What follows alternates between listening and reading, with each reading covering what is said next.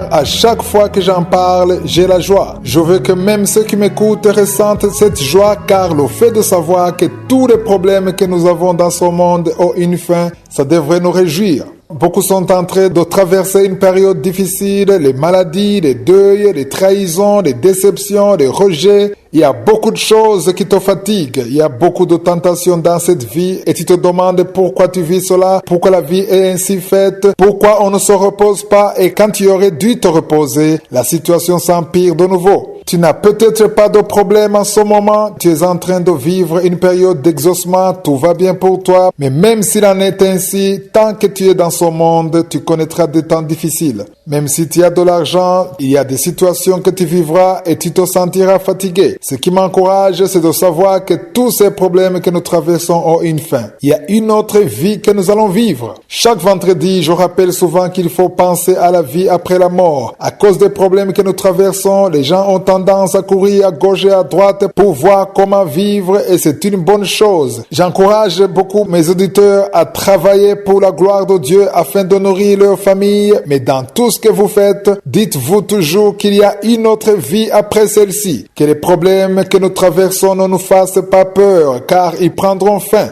Je le répète, les problèmes que nous sommes en train de traverser sont minimes comparés à la gloire que nous aurons au ciel. Il y a une gloire à venir, de belles choses que nous aurons au ciel. Laissez-moi vous montrer un verset de la Bible qui en parle. C'est dans Romains 8, verset 18. Ce verset dit: « J'estime que les souffrances du temps présent ne sauraient être comparées à la gloire à venir qui sera révélée pour nous. » Je veux t'encourager, toi qui te sens fatigué. Le premier endroit où tu peux te reposer, c'est en Jésus-Christ. Jésus est la solution. C'est lui qui a la solution à tous les problèmes de ce monde. Après l'avoir vécu, il te permettra de continuer à vivre dans ce monde et surtout, il te permettra de traverser cette vie pour vivre la vie éternelle. Cela demande de se repentir. Abandonne cette vie pécheresse. Je ne connais pas ce que tu vis en ce moment. Ça peut être la haine, la jalousie, l'adultère, la drogue, le mensonge. Tout ce que je te demande de faire, c'est de te repentir. Accepte Jésus comme ton Seigneur et ton Sauveur. Commence une nouvelle vie. Que son sang te lave et quand il viendra dans ta vie, il la transformera. Si vous lisez le verset 19 dans ce même chapitre de Romains 8, il est écrit: « Aussi la création attend-elle avec un ardent désir la révélation des fils de Dieu. » Cela veut dire que tout ce qui a été créé, les arbres, les fleurs, les fleuves, toute la création attend la révélation des fils de Dieu. Si toute la création attend le retour de Jésus, toi aussi tu devrais faire la même chose et surtout après avoir été préparé en vivant dans la repentance et la sanctification. Je veux qu'on se prépare pour le retour de Jésus. Il viendra et nous délivrera. Il nous conduira au ciel, là où il n'y aura plus de pleurs, plus de larmes, un endroit où régnera la paix. Jésus donne la paix et il donne l'espoir. Si tu veux le recevoir pour qu'il te délivre et te donne l'espérance de la vie éternelle, mets-toi à genoux, appelle-le dans ta vie, il va venir et il te transformera. Il va te pardonner. Si tu veux de l'assistance, tu peux nous appeler au 00 257 75 11 47 39.